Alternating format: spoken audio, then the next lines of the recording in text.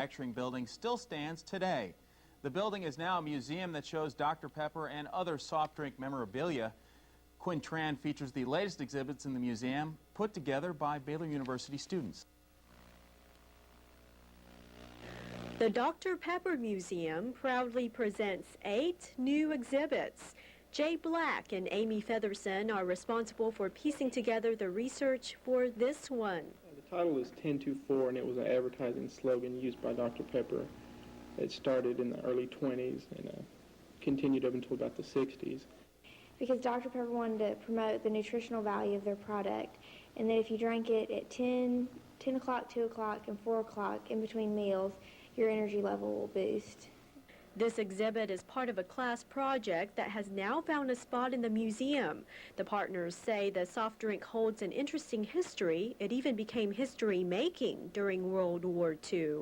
During the war, there was a lot of rationing of products to help the war effort, and one thing that they rationed was sugar because they needed it to make explosives. And the soft drink industry was almost shut down for the war, but Dr. Pepper helped initiate a study that was done to prove that since the soft drinks had value, they could help the production workers, so that way they allowed the soft drink industry to continue its production during the war. Becky Scholda is another Baylor student who dig deep into history to research old forgotten bottles. Once upon a time.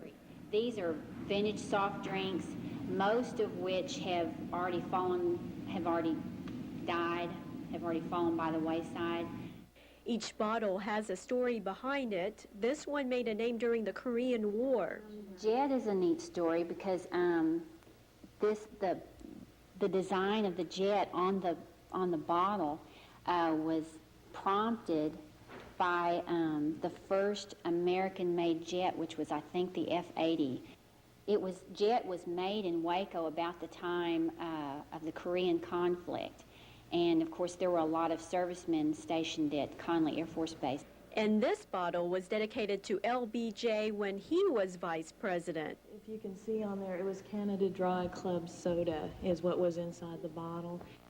The bottle was once refused by a drugstore owner who wouldn't exchange it for the deposit because it couldn't be reused because it was a special bottle with the vice presidential seal on it, and so he said that it wasn't worth the 2-cent deposit.